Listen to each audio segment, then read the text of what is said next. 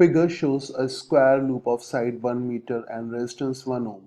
The magnetic field on left side of line PQ has a magnitude B is equal to 1 Tesla. The work done in pulling the loop out of the field uniformly in 1 second. इस question में हमें इस loop को magnetic field से बाहर निकालना है। तो यहाँ से यहाँ तक पूरा बाहर निकालने में कितना वर्क डन करना पड़ेगा।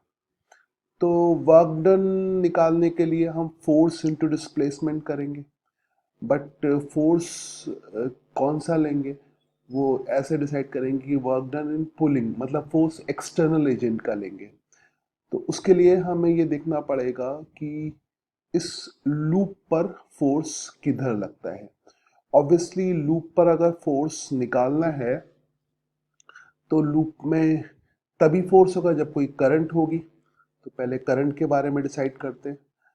तो करंट के बारे में अगर हम मोशनल ईएमएफ लगाएं तो यहाँ पर हम 1 2 3 4 इन 4 रॉड्स में से सिर्फ ये वाली रॉड ऐसी है जिसमें ईएमएफ जनरेट होगा, क्योंकि ये रॉड तो मैग्नेटिक लाइंस ऑफ फोर्सेस को कट नहीं कर रही है ना, और ये रॉड मैग्नेटिक फील्ड के बाहर है, और ये भी rod magnetic lines of forces को कट नहीं कर रही।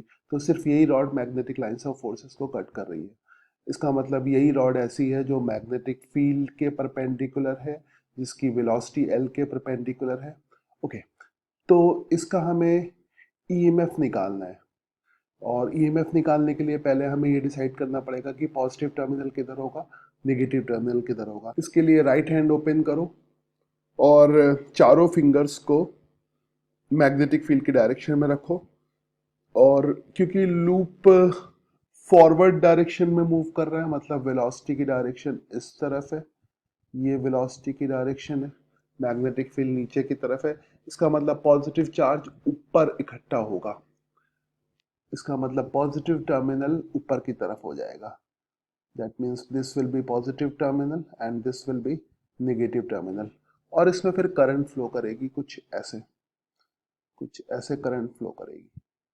और करंट के फ्लो करने के बाद ऑब्वियसली इस वायर पर फोर्स लगेगा, ओनली इस सेगमेंट पर, बाकी सेगमेंट पर फोर्स नहीं लगी। और फोर्स की डायरेक्शन निकालने के लिए फिर से राइट हैंड रूल का यूज करेंगे। मैग्नेटिक फील्ड डाउनवर्ड डायरेक्शन में है, करंट ऊपर की तरफ है, इसका मतलब फोर्स बैकवर्ड डायरेक्शन में लगेगा। तो इस पे जो फोर्स लगेगा that will act in backward direction like this, और एक्सटर्नल एजेंट को फॉरवर्ड डायरेक्शन में फोर्स लगाना पड़ेगा। तो हमें निकालना है work done bye external agent, the work done in pulling the loop out of the field uniformly in 1 second. तो obviously work done external agent का निकालना पड़ेगा। तो that will be work done by external agent, ये हो जाएगा force by external agent, और कितना डिस्प्लेसमेंट होगा। तो इस लूप को पूरा का पूरा बाहर निकालने में टोटल डिस्प्लेसमेंट साइड लेंथ के बराबर हो जाएगा, इस साइड की जो लेंथ होगी, और वो साइड की लेंथ किसके बराबर है, 1 मीटर के। सो यहाँ पर 1 मीटर लिख लेंगे, this will be 1 meter is displacement. और ऑब्वियसली यहाँ पर हम इसको यूनिफॉर्मली मूव करा रहे हैं, तो एक्सटर्नल फोर्स का जो वैल्यू है वो F के बराबर हो जाएगा। तो that is equal to only F, 1 meter को मैंने छोड़ दिया। अब हमें सिर्फ F की वैल्यू निकालनी है। तो F की वैल्यू कितनी हो जाएगी, F is equal to ILB के बराबर, ILB इज मैग्नेटिक फील्ड, और I की वैल्यू हो जाएगी BVL अपॉन R, क्योंकि ये जो लूप है इसमें करंट फ्लो कर रही थी, और ये पॉजिटिव टर्मिनल था, ये नेगेटिव टर्मिनल, तो I की वैल्यू हम BVL अपॉन R लिख सकते हैं। तो that is BVL upon resistance, और एक BL यहाँ पर है, this is B into L। So force का एक्सप्रेशन हो जाएगा F is equal to V B square L square upon R।